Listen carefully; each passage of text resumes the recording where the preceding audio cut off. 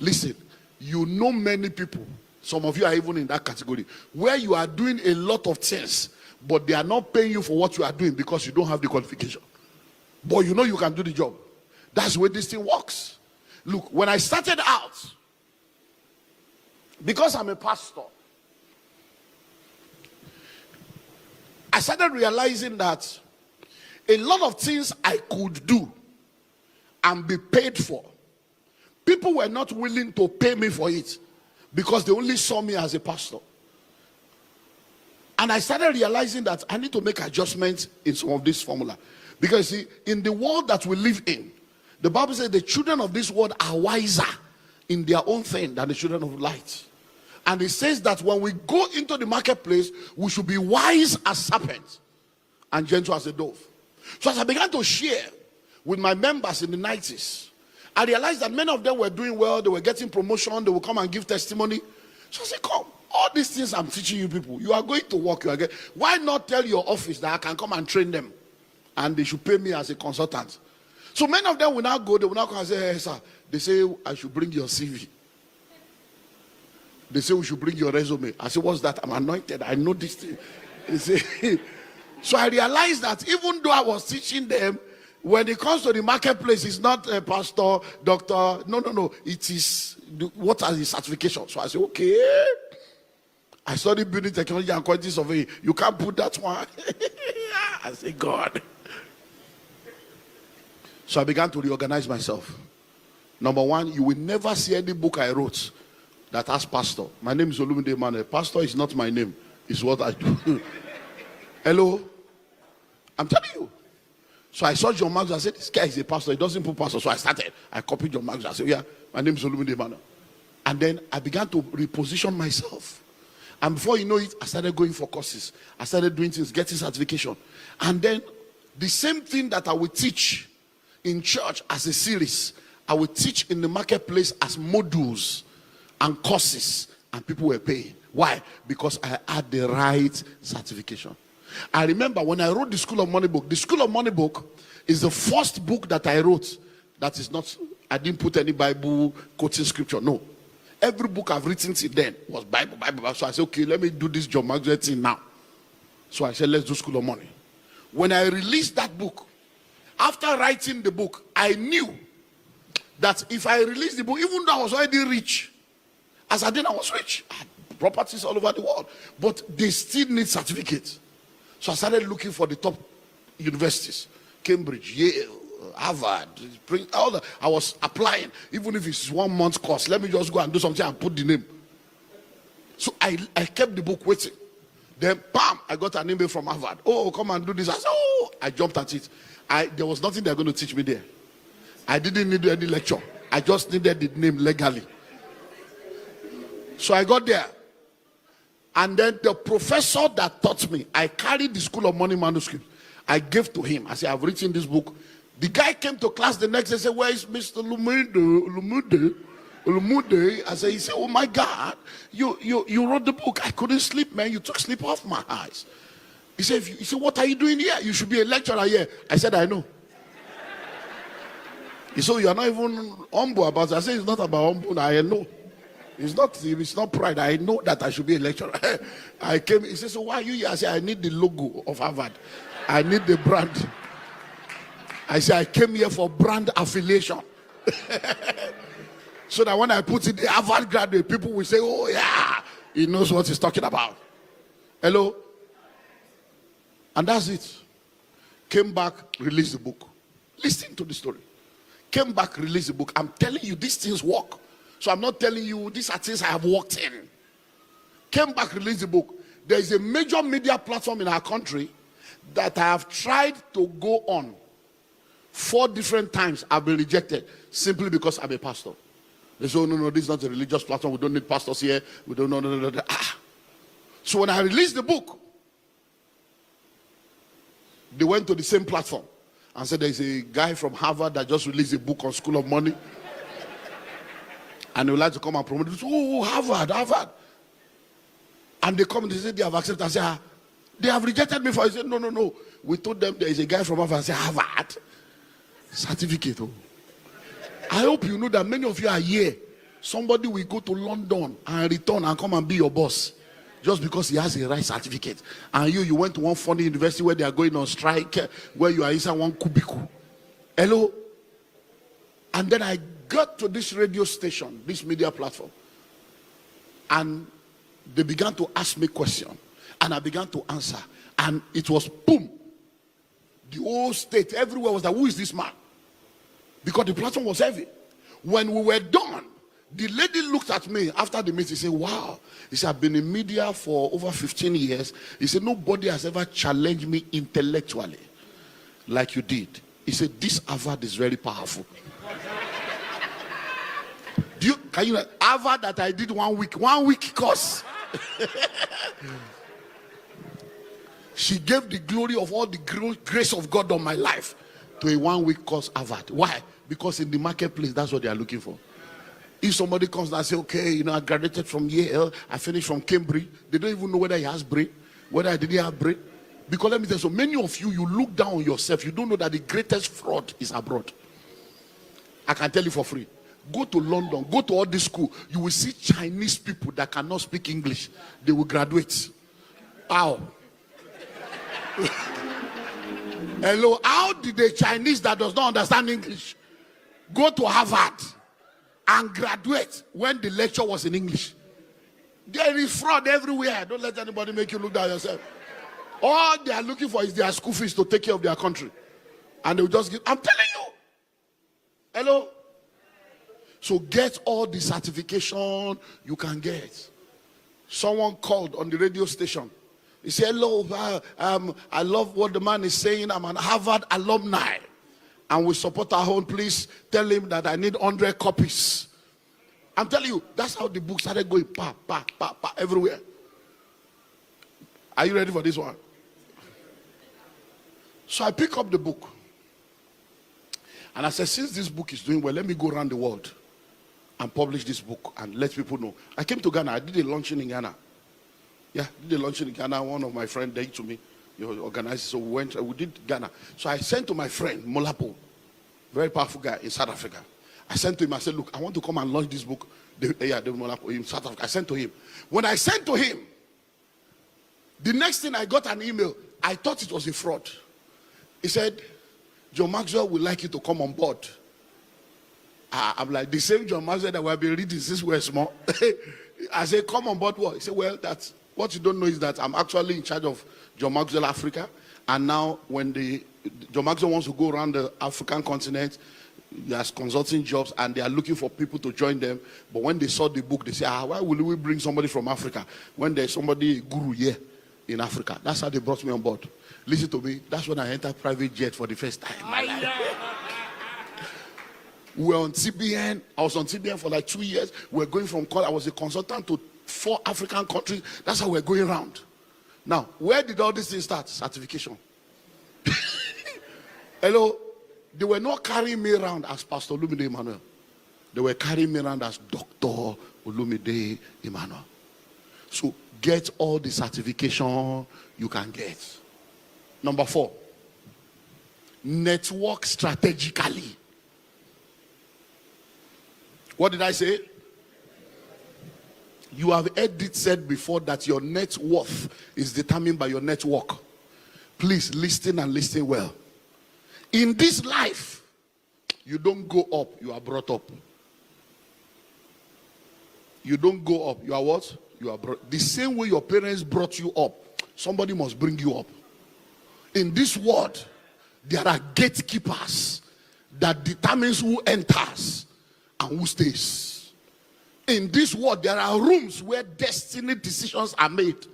And if you don't have the right people speaking for you in the room, if you don't have sponsors, if you don't have mentors, you will realize that you can labor and labor and labor, and you wonder why you are not moving forward. Somebody must speak for. So you need to network strategically. So when you get into an industry, let me start with the company. When you get into a company, number 1, find out in this company, who are the power brokers? Who are the people that determines what happens here? Listen, it's not sucking up to people. It's not human worship. But it is the way this world works. And don't let anybody tell you it's an African thing. Anywhere in the world, Anywhere in the world. I run the Billionaires Conclave. It's a global platform. We are members in 14 countries all over the world. When you hear things, you will be like, I used to think that some things are only in Africa. No. One of my members, we had a Conclave summit in Atlanta just this March, Easter weekend. And he was sharing that, sir, that all these things you are sharing, that in fact, my wife and I, our life has changed within the last 12 months, And what had happened was, they are involved in real estate in Atlanta. And he said, when they started listening to me and joined the Conclave, because I told them, which is one of the things I will share with you tomorrow, go and join Rotary Club, join Lions, join all these associations. Because you people will just be going to church. And I'm asking myself, you just be going to church? I said, look,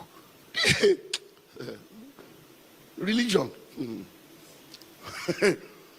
So they joined this association and they became regular. They were going, before you know it, they were meeting. Because most of the people that run things are in different associations. And when you meet in association, just because you are a member, some barriers are already removed.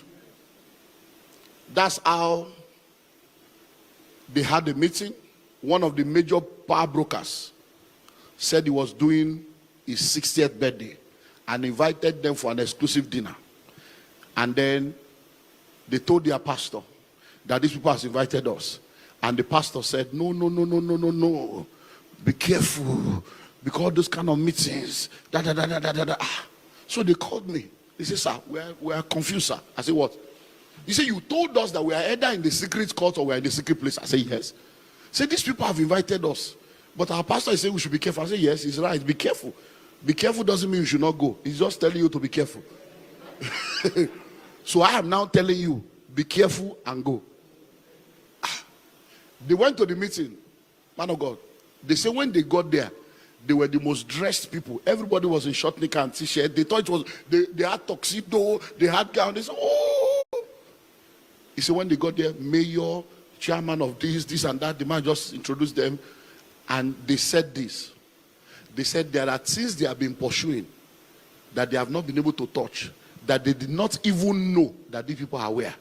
He said, the man now said, yeah, so introduce them. He said, they are the ones trying to get that property and that other property. You know, that one we discussed, they are the ones. So let's allow them. He said that was the first time he was aware that some people were even aware that they are trying to get the property. He said, when they now went to meet, I said, he said, no, that nothing moves in Atlanta without us. They say any property you are buying, if we say the bank is not giving you money, they are not giving you money. If we say you are not getting that property, you are not getting. These are people that are power brokers. Many of the prayers you are praying, all you need is one connection. Hello? So if you want to do well in the marketplace, network strategically. Don't go to church, raise shoulder. Go to office, raise shoulder. Everywhere you are raising shoulder like a peacock.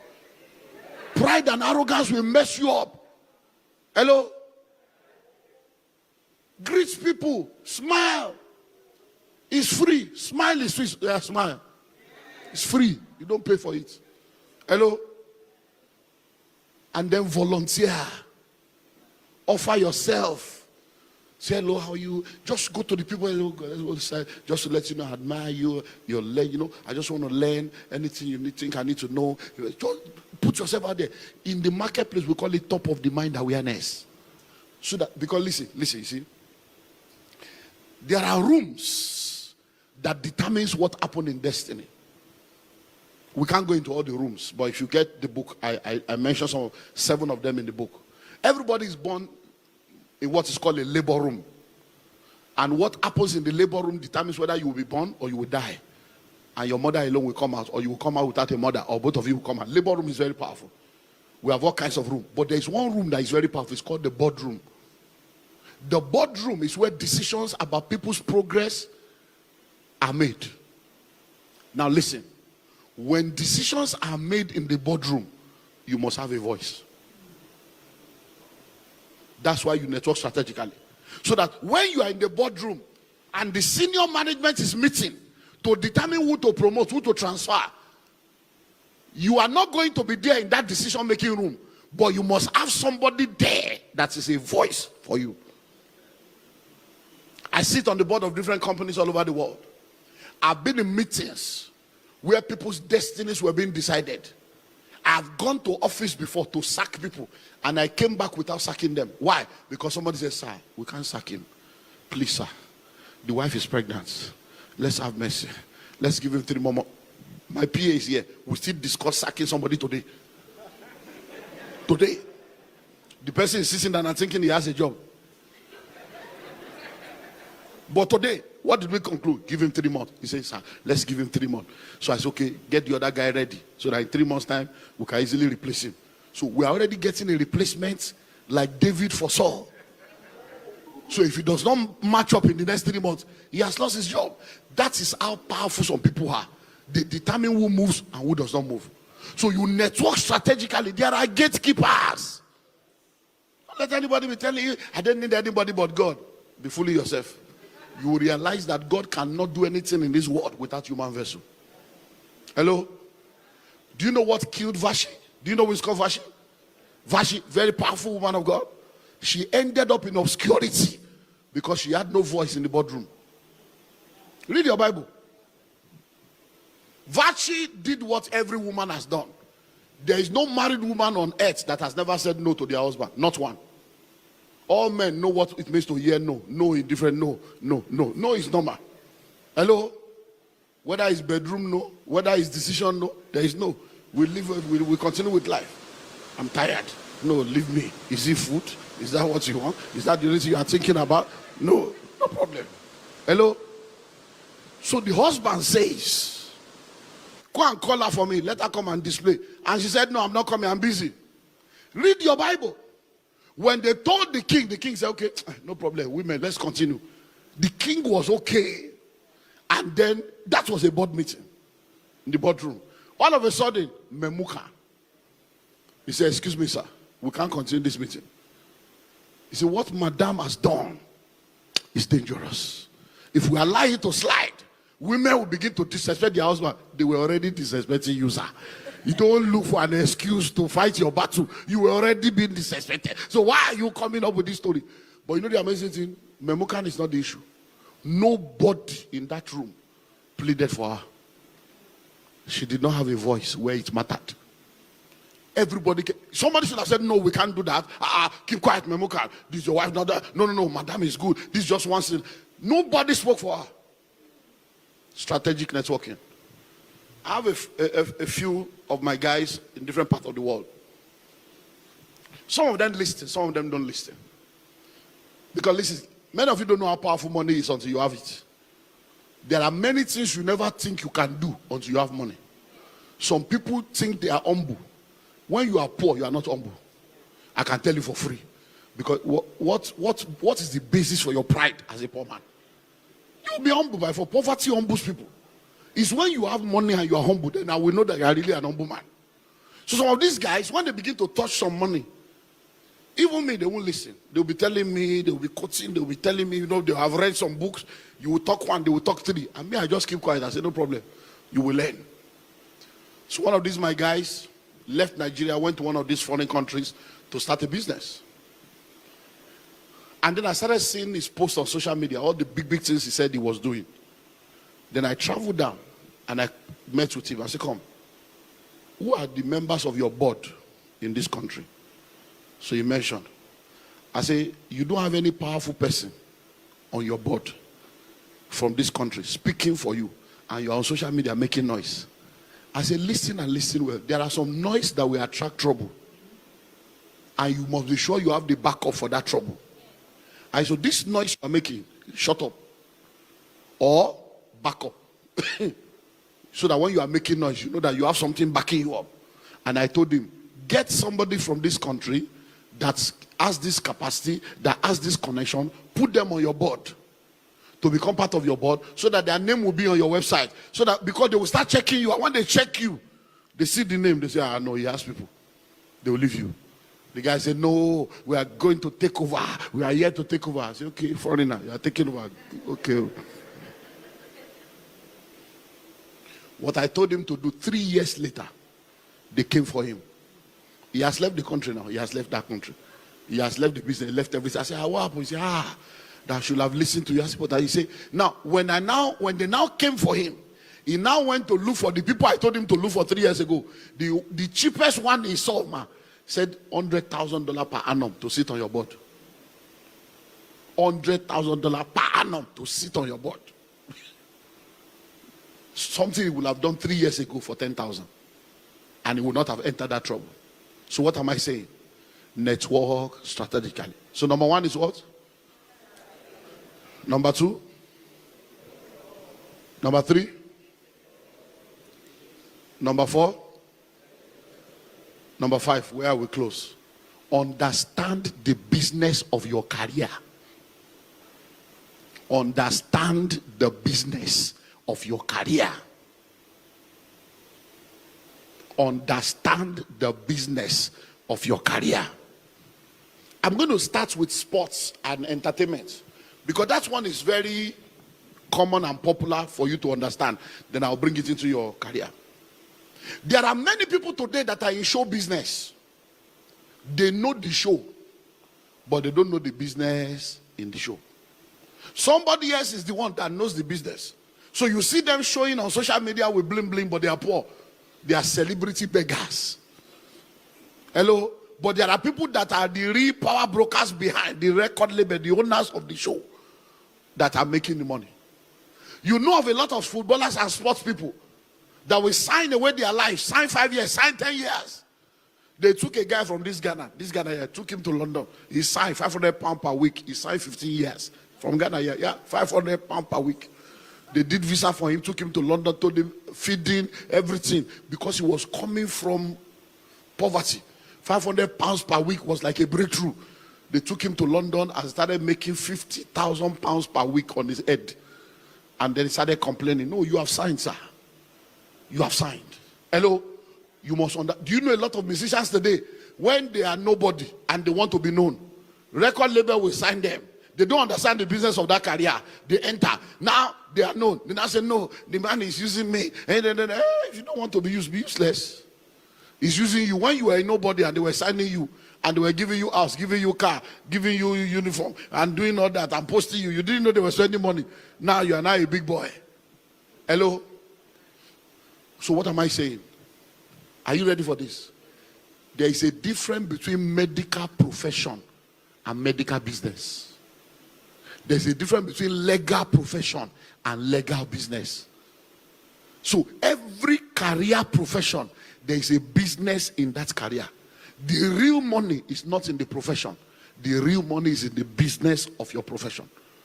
So you can be a medical doctor and be poor, but you cannot be medical supply business and be poor. Are you seeing the difference now?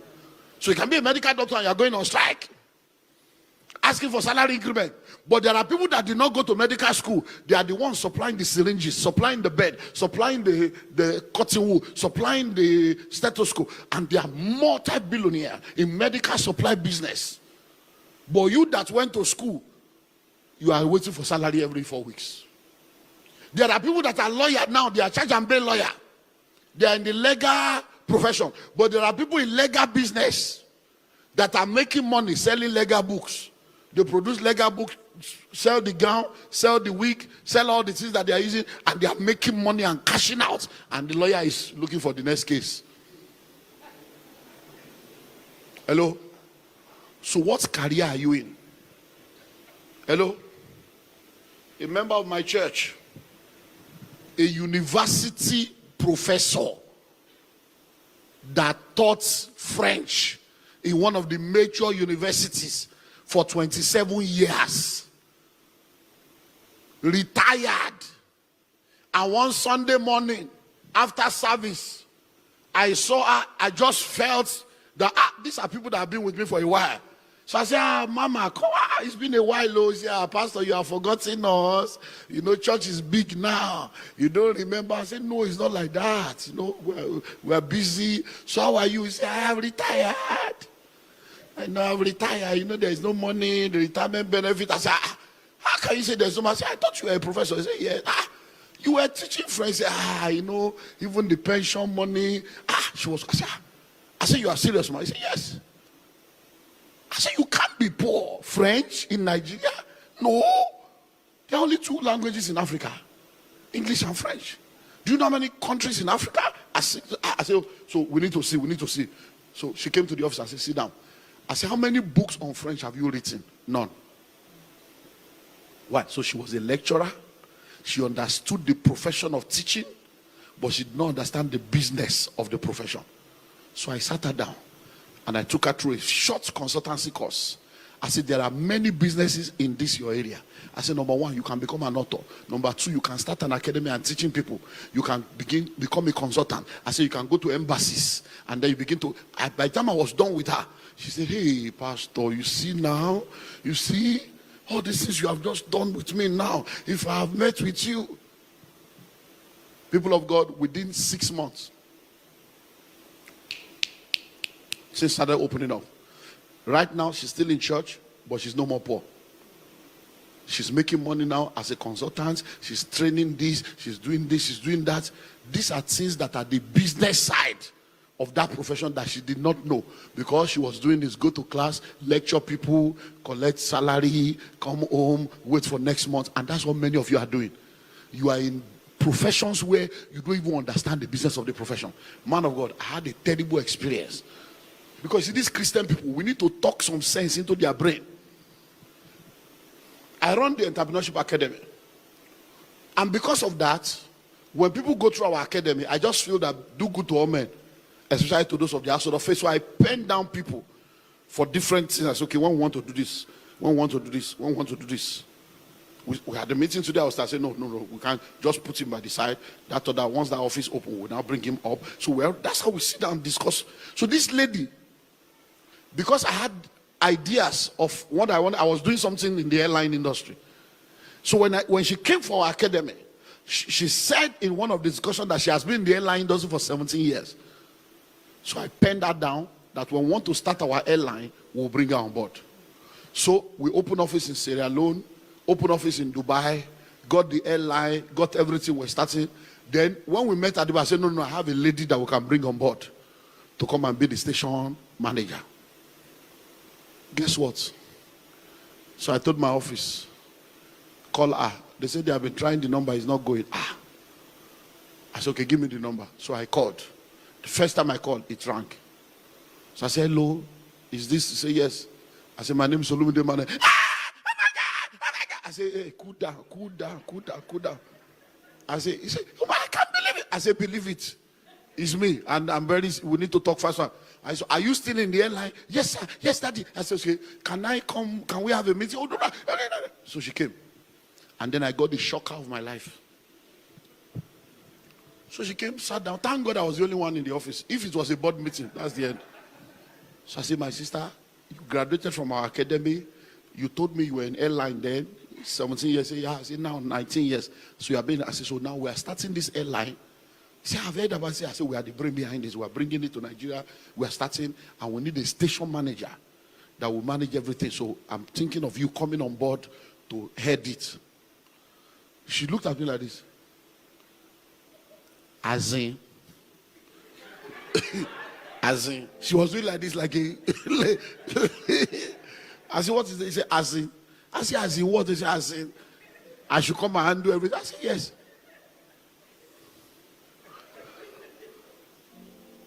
Man of God. She said, all I know is ticketing. True life story. I lie not before God. All I know is ticketing. I said, what did you say? I said, you are in airline industry for 17 years. You don't understand how airline runs. All you know is ticketing, selling tickets. I say you are a fraud. Ticketing. He said, because I was too ashamed, too disappointed. That look at the way Christians, and they'll be going to church praying and fasting. Useless life. What God cannot do does not exist. Oh Lord, oh Lord, oh Lord, oh Lord. And God will be wondering, my people, open your brain. Stop all this nonsense. She said all this. She said, but she can recommend somebody for me. So she recommended a Muslim. That the boss can do the job. I said, no problem, I'm okay. God bless you. Bye-bye. And she left. I deleted the number from my phone. Deleted everything. I said, this kind of people go for deliverance. One day you wake up. What am I saying? That's where many of us are. You have been in that office for 7 years. Do you know how offices run? Technical skill is different from business skill. Hello? That you are in an industry. That's, look, even in ministry. It happens. You see a lot of people, assistant pastor, send them to a branch, they will fail. Because as assistant pastor, they will come, they don't know how the people came. You give them microphone, they are fighting for pulpit. Pulpit that they did not build.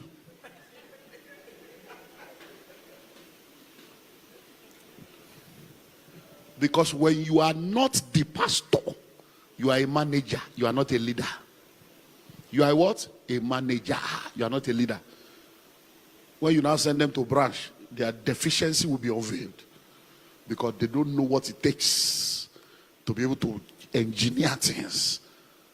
Hello? So you want to do well as a career person? Number one, start early. Number two, give it all it takes. Number three, get all the certification you can get. Number four, network strategically. Number five, understand the business of your career. Because inside that career, there are business dimensions that you will be wondering how you are doing it. I close with this story. I like practical stories so that you can get this thing. Another member of my church, a major senior executive in the Nigerian Drug Law Enforcement Agency, the drug people at the airport and other stuff.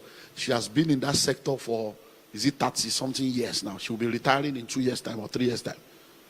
She shared this story just this few months ago. I think January. She shared this in January.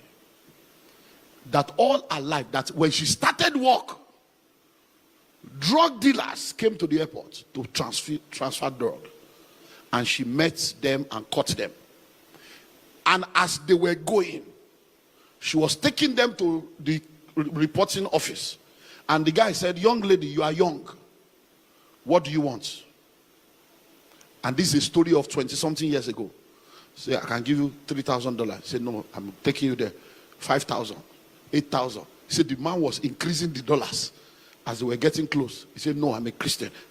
He said, and when they got to the door and they wanted to enter, the man looked at her and said, listen to me. That's how many of you die poor, because you don't understand the way this world works. He said, listen, I'm going to go into that place. The money you refuse to collect, your boss will collect. And I'll be back, but you will remain poor. Hello?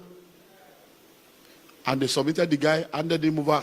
She said 8 months later or something, the guy came with another drug again to the same airport. I said, hello, how are you? You are still here? I'm out. No, I'm telling you how many of you. She said, so for over 20 years of her life, that she has been wondering. Then they joined our church a few years back. And she started hearing another kind of message. Because see, many of you don't understand. All this supernatural you are hearing. Supernatural is a combination of super plus natural. Hello? So she joined our church and then she started hearing a different message. She said she has been frustrated that God, I've served you all my life. Is this the way I will die? I retire poor. I don't have house. I don't have anything. Then I started teaching and she started hearing. And then she began to understand what I'm telling you now. That in that same profession, there's a career. And there's a business in that profession. And then, bam. She said, I'm involved in drugs. We see how terrible drugs has been. How come I've not gone to do a course on drug rehabilitation and have certification to help people come out of drugs and have certificate? That's how she started doing short courses. Now, she was sharing with us this January that within the last 2 years, the kind of money she has never made before, she's now making, not from salary, but as a consultant.